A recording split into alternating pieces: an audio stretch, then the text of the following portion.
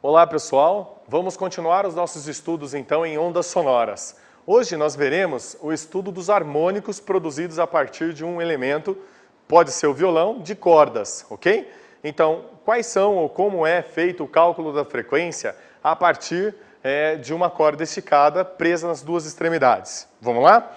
Então vamos nessa. O estudo dos harmônicos é dado então a partir de cordas sonoras, por exemplo, onde eu tenho a extremidade fixa, uma outra extremidade fixa, representativamente a parte de trás do violão, a parte da frente, e essa primeira maneira de se produzir um harmônico. Então o que eu faço? Estudando Taylor, eu aplico uma força F, fazendo então com que seja produzido a primeira maneira, o primeiro modo de vibração, que é este que a gente está desenhando para você, tá? Esta maneira de se fazer a vibração é chamado de primeiro modo de vibração, ou primeiro harmônico. Qual a relação importante, que inclusive já foi cobrada no vestibular da Unicamp? É você saber relacionar o tamanho da corda com a frequência produzida por esta força, ok? Então vamos lá. O tamanho dessa corda é o tamanho original dela, dado como sendo L, ok? Se você notar direitinho, nós temos um nó, um outro nó, e esta barriguinha formada, conhecida como sendo uma onda estacionária, é chamada de ventre, tá bom? O primeiro harmônico tem dois nós e um ventre, ao qual nós vamos tentar lembrá-los de ondulatória. Olha que legal.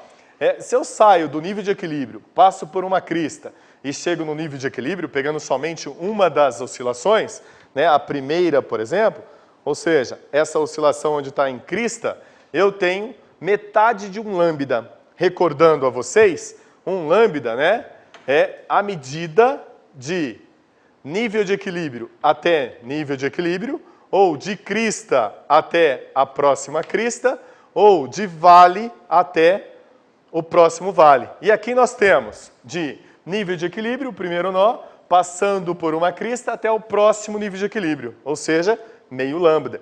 Então, entre esses dois extremos, no comprimento L, eu tenho uma vez lambda sobre 2, ok? Então, essa é a relação do primeiro harmônico.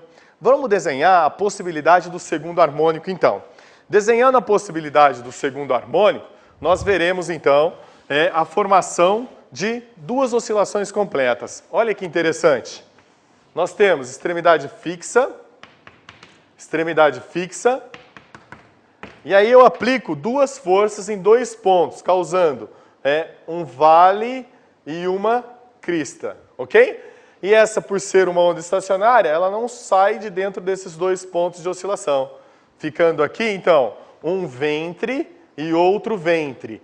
E 3 pontos de interferência destrutiva, chamados nó.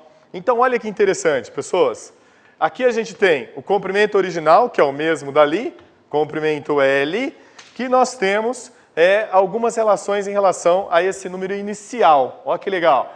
Eu tenho de nível de equilíbrio até o próximo nível, exatamente o desenho original, ou seja, lambda sobre 2.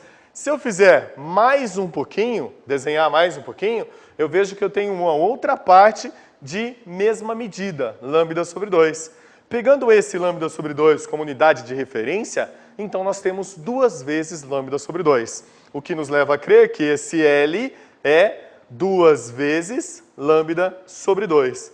Bom, a partir daí você já deve ter notado que é uma sequência natural de crescimento desses números, né? Se eu fizer o terceiro harmônico, esse daqui é o segundo, esse é o primeiro, quantas vezes lambda sobre 2 eu terei? 3. Então está estabelecida uma relação entre frequência, velocidade, comprimento e o número de harmônicos, que eu vou deduzir para vocês agora. Olha que interessante. Então quer dizer que eu tenho que a velocidade do som produzido é lambda vezes frequência. E que a relação genérica entre comprimento e número de harmônicos é nada mais do que uma relação entre o lambda sobre 2 e o L. Se nós juntarmos essas duas partes, nós teremos um cálculo bastante interessante sobre frequência dos harmônicos, que nada mais é do que a escala musical. Olha que interessante. Isola esse, fazendo um favor, o F nessa primeira relação. E nós teremos F igual a velocidade sobre lambda. E verifique que o lambda está presente na segunda relação. Se nós isolarmos o lambda aqui, vai ficar 2L sobre N. Substituindo nessa expressão, nós veremos então que nós vamos ter velocidade sobre 2L sobre N. E aqui a gente tem divisão de fração. Divisão de fração, eu mantenho a primeira e multiplico pelo inverso da segunda. E aí nós chegaremos num conceito bastante explorado por alguns vestibulares, que é nada mais do que esse N sobe, vai ficar NV sobre 2L.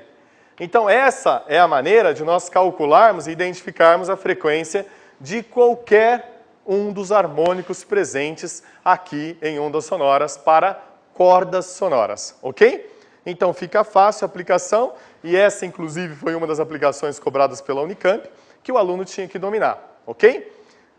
Um abraço, até a próxima.